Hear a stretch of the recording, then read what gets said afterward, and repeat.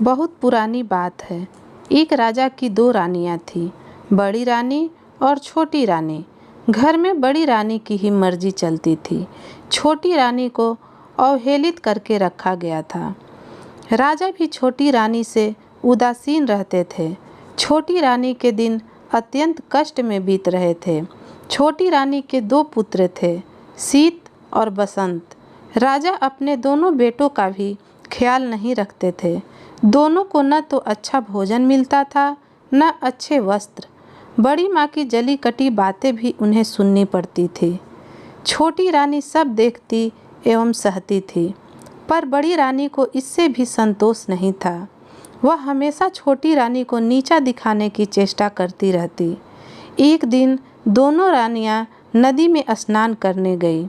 बड़ी रानी ने छोटी रानी को अत्यंत प्यार से कहा, आओ तुम्हारे बाल धो दूं। बाल धोते धोते उसने चुपके से एक दवा की टिकिया उसके माथे पर घिस दी। दुखियारी छोटी रानी देखते ही देखते एक तोता बनकर टी टी करती हुई उड़ गई। घर आकर बड़ी रानी ने कहा, छोटी रानी तो नदी में डूब गई। राजा ने सहज ही विश्वास कर लिया, मानो राजभवन की लक्ष्मी चली गई। राजभवन में अंधकार फैल गया। छोटी रानी के दोनों पुत्र शीत और बसंत के दुख की कोई सीमा नहीं रही। उधर तोता बनी छोटी रानी उड़ती उड़ती एक राजभवन में जा बैठी। राजा ने कहा, सोने का तोता। राजा की बसंत लता नाम की एक सुंदर बेटी थी। वह बोली, पिताजी, मैं उस सोने के तोते को लूँगी। राजा के आदेश से उस तोते को पकड़ लिया गया और एक पिंजरे में बंद कर दिया गया। दिन बीतने लगे। उधर बड़ी रानी के 3 पुत्र हुए, लेकिन यह क्या, सभी पुत्र अत्यंत दुबले पतले, हड्डियों का ढांचा मात्र। ऐसा लगता था मानो फूंक देने से वे उड़ जाएंगे। बड़ी रानी का तो रो रो कर बुरा हाल था। वह बड़े जतन के साथ अपने पुत्रों का पालन करती, खूब पुआ पकवान, लेकिन वे मोटे नहीं हो पा रहे थे। संटी की तरह ही दुबले पतले थे। दूसरी और बड़ी रानी शीत बसंत को ठीक से खाना भी नहीं देती थी, फिर भी वे मोटे ताजे थे। यह देखकर वह और कुढ़ जाती। एक दिन जब शीत और बसंत पाठशाला से पढ़कर लौटे तो देखा कि उनकी बड़ी माँ रनचंडी बनी हुई है। उसने उन्हें देखते ही गालियों की बौछार शुरू कर दी। गला फाड़ फाड़ कर रोने लगी, उन्हें मारने लगी, सामानों को फेंकना शुरू कर दिया। जब राजा को इस बात की सूचना मिली तो वे दौड़े दौड़े आए और उससे पूछा, तुम्हें क्या हो गया है? रानी गुस्से से थर थर काँपती हुई बोली, मेरी सौत के ये दोनों पुत्र जब देखो मुझे उल्टा सीधा कहते हैं, गालियाँ देते हैं। जब तक इनके खून से मैं स्नान न कर लूँ, मेरा कलेजा ठंडा नहीं होगा। राजा ने कहा, ऐसा ही होगा। फिर उन्होंने जल्लाद को बुलवाया और आदेश दिया, इन दोनों भाइयों को मारकर इनका खून लाकर बड़ी रानी को दो। शीत बसंत का तो रो रो कर बुरा हाल था, पर जल्लाद को तो राजा के आदेश का पालन करना था, सो उनके हाथ पैर को रस्सियों से बांधकर बलि देने के लिए वह ले जाने लगा। शीत बसंत के चित्कार को सुनने वाला वहाँ कोई नहीं था। जल्लाद शीत बसंत को एक जंगल में ले गया। वहाँ उसने उसके वस्त्र उतरवा लिए और पेड़ की छाल उन्हें पहना दिया। शीत बोला, भाई, हमारे भाग्य में यही था। जल्लाद ने उनके हाथ पैर खोल दिए और डबडबाई आंखों से कहा, राजा की आज्ञा है राजपुत्र। क्या करता, मुझे मानना ही था, पर तुम लोगों को मैंने अपनी गोद में खिलाया है। तुम्हारा खून मैं कैसे कर सकता हूँ? मेरे कपाल में जो लिखा होगा होगा।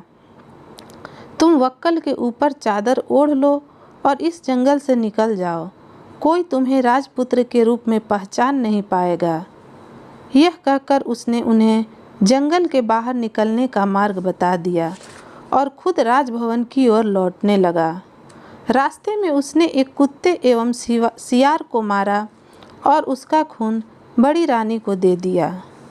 खून पाकर बड़ी रानी बहुत खुश हुई। उसने उस खून से स्नान किया और खिलखिलाती हुई अपने पुत्रों को अत्यंत स्वादिष्ट भोजन कराया और खुद भी खाया। शीत बसंत दोनों जंगल के रास्ते आगे बढ़े।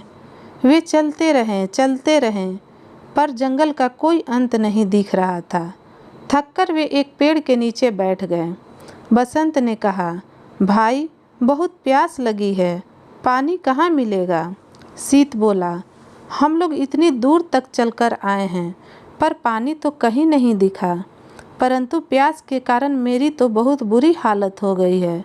बसंत बोला, ठीक है, तुम यहीं प्रतीक्षा करो, मैं देखता हूँ कि कहीं आसपास पानी है या नहीं। शीत ने कहा। शीत पानी की तलाश में चला गया। एक जगह उसे एक तालाब दिखाई दिया। समस्या थी कि पानी लेकर कैसे जाएं। उसे अपनी चादर का ख्याल आया। अगर चादर को पानी में अच्छी तरह भिगोकर ले जाया जाए तो बसंत की प्यास मिट सकती है। यह सोचकर वह तालाब में उतरा। जिस राज्य की सीमा के अंतर्गत वह तालाब थी, उस राज्य के राजा का अचानक देहांत हो गया था। राजा की कोई संतान नहीं थी। समस्या उत्पन्न हुई कि राज सिंहासन पर कौन बैठेगा। सिंहासन को तो खाली नहीं रखा जा सकता। इस पर काफ़ी विचार विमर्श हुआ। अंत में मंत्रियों एवं प्रजा ने मिलकर तय किया कि जिस व्यक्ति के माथे पर राज तिलक होगा उसे ही सिंहासन पर बैठाया जाएगा। योजना अनुसार एक सफ़ेद हाथी की पीठ पर सिंहासन बांधकर हाथी को छोड़ दिया गया। वह हाथी माथे पर राज तिलक वाले व्यक्ति की खोज में निकल पड़ा। इस क्रम में वह उस तालाब के पास पहुंचा जहां शीत अपनी चादर को पानी में भिगो रहा था। शीत के माथे पर राज तिलक देखते ही सफ़ेद हाथी ने उसे अपनी सूंड से पकड़ा और सिंहासन पर बैठा दिया। शीत बसंत बसंत पुकारने लगा, पर सब बेकार। सफ़ेद हाथी शीत को लेकर तेजी से नगर की ओर चल पड़ा। इधर बसंत पेड़ के नीचे बैठा भाई के आने का इंतजार करता रहा। बहुत देर तक जब उसका भाई नहीं आया तो डर के मारे वह रोने लगा। रोते रोते सारा दिन बीत गया। रात हुई तो रो रो कर वहीं सो गया। सुबह दूसरे दिन एक सन्यासी उधर से गुजर रहे थे। बसंत को उस हालत में देखकर उसे बड़ी दया आई। उसने उसे गोद में उठा लिया और जंगल में बनी अपनी कुटिया में ले गया।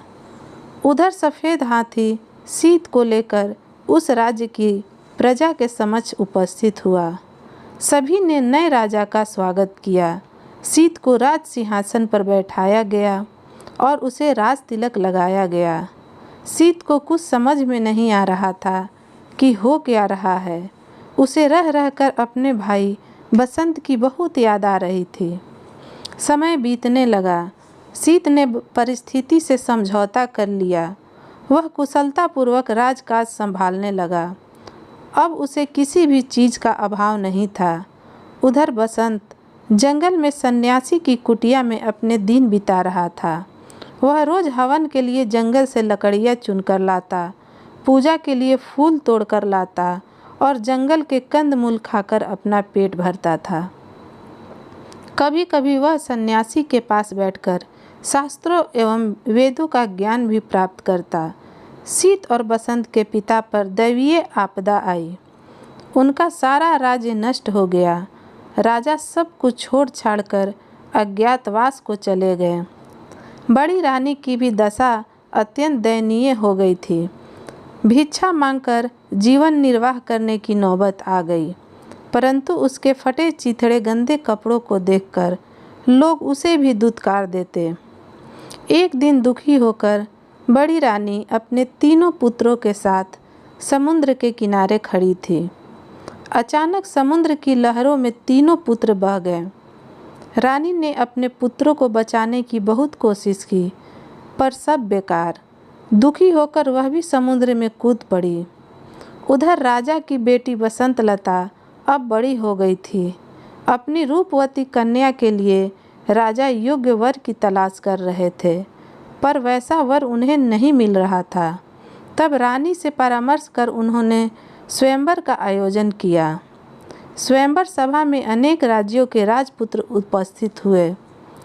राजा ने घोषणा की कि सारे राजपुत्र अपने आसन पर बैठेंगे और बसंतलता हाथ में माला लेकर सभी के सामने से गुजरेगी। जो राजकुमार उसे पसंद आएगा उसी के गले में वह वरमाला डालेगी। इधर बसंतलता ने स्वयंवर के लिए श्रृंगार करना आरंभ किया। बालों का जूड़ा बनाया, आँखों में काजल लगाया, पाँव में आलता लगाया। फिर तोता बनी रानी से पूछा, और मुझे क्या चाहिए? तोते ने कहा, मैं अगर तुम्हारी जगह होती तो पाँवों में सोने के पायल पहनती। इससे रुनझुन की बहुत मधुर आवाज़ आती है। बसंतलता ने सोने की पायल पहन ली।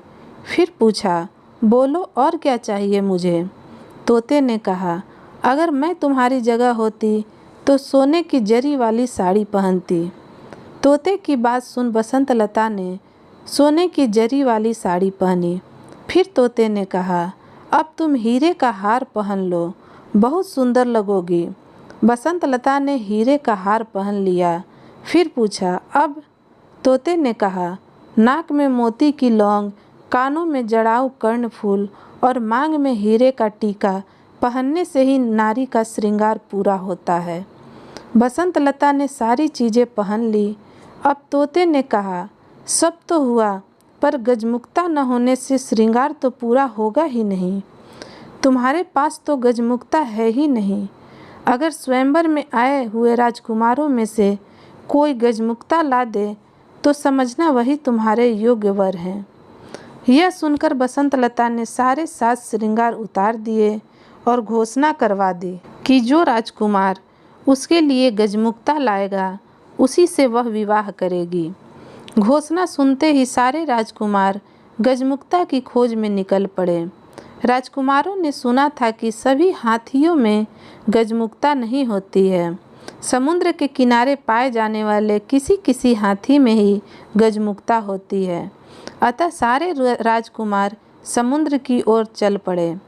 समुद्र के किनारे पहुंचने से पहले ही हाथियों के एक झुंड ने उन पर धावा बोल दिया, जिस कारण अनेक राजपुत्रों के हाथ पैर टूट गए, अनेक घायल हो गए और इस तरह सब हताश निराश होकर वापस लौट गए।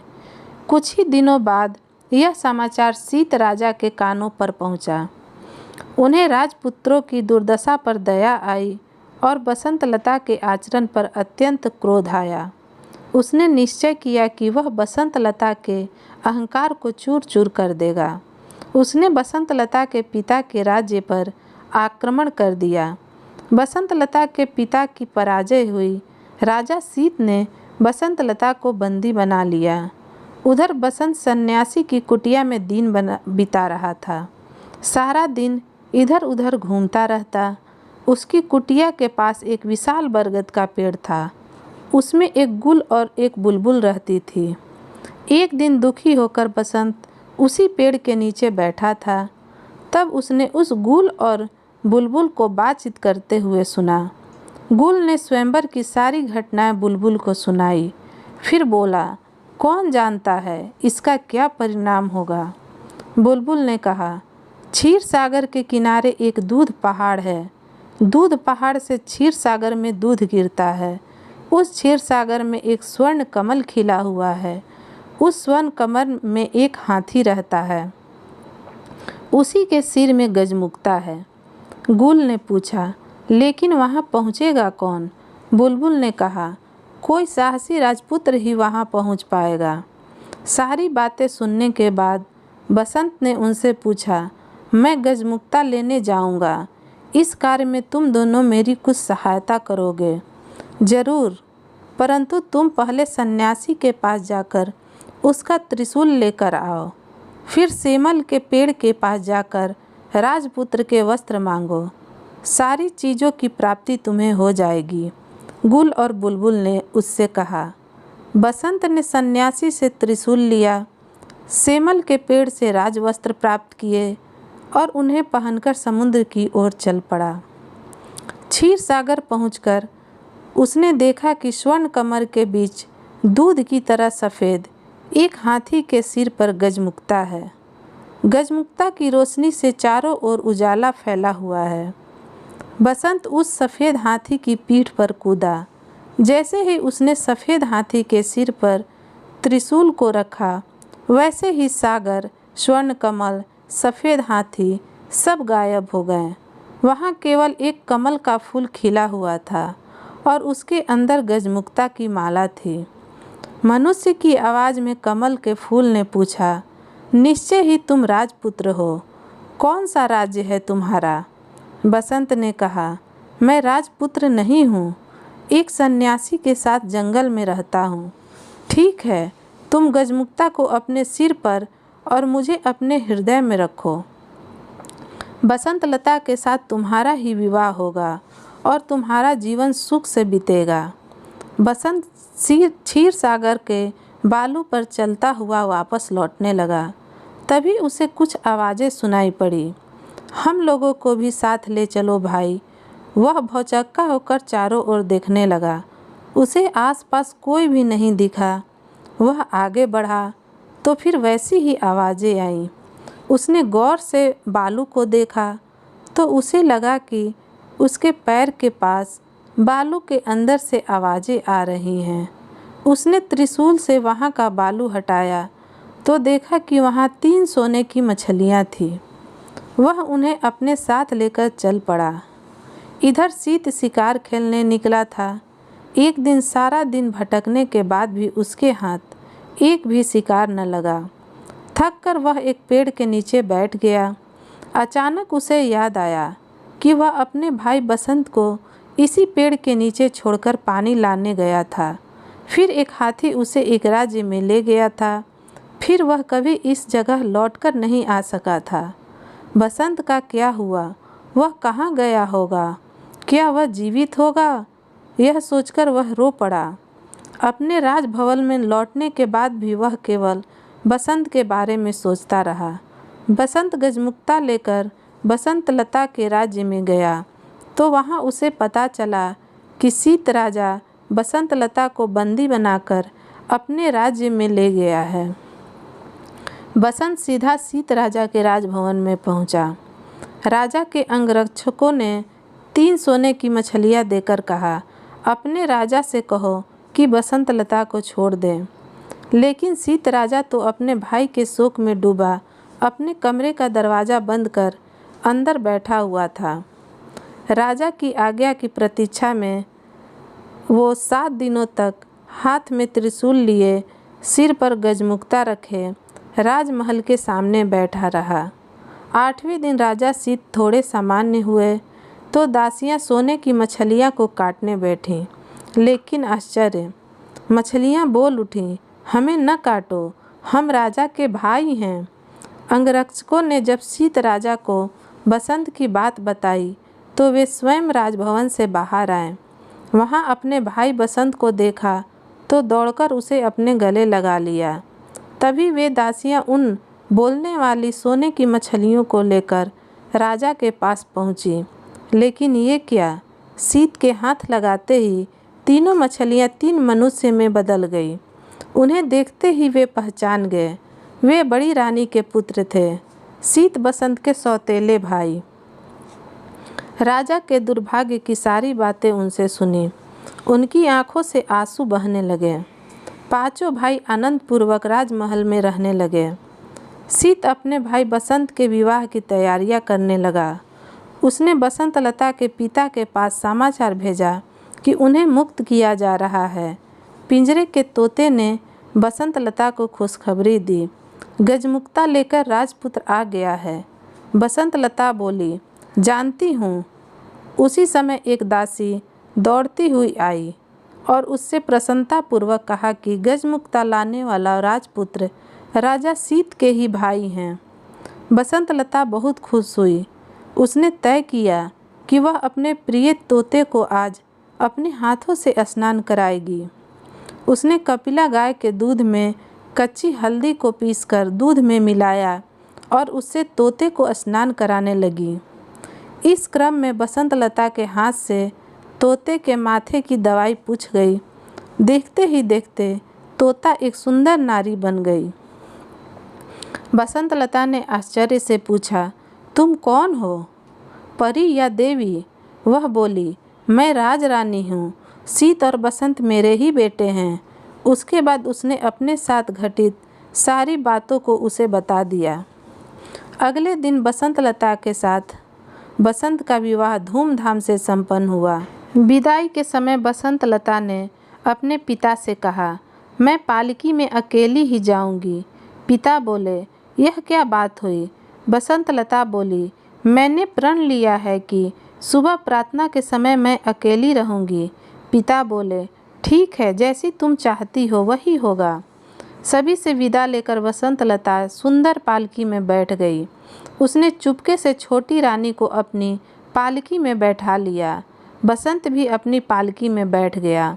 राजा शीत के महल के पास जब पालकी रुकी तब उससे बसंतलता के अलावा एक अपूर्व सुंदरी नारी भी उतरी। सब उसे आश्चर्यचकित होकर देख रहे थे। उसने पालकी से उतरते ही पूछा, कहाँ है मेरे शीत बसंत? मेरे पास आओ।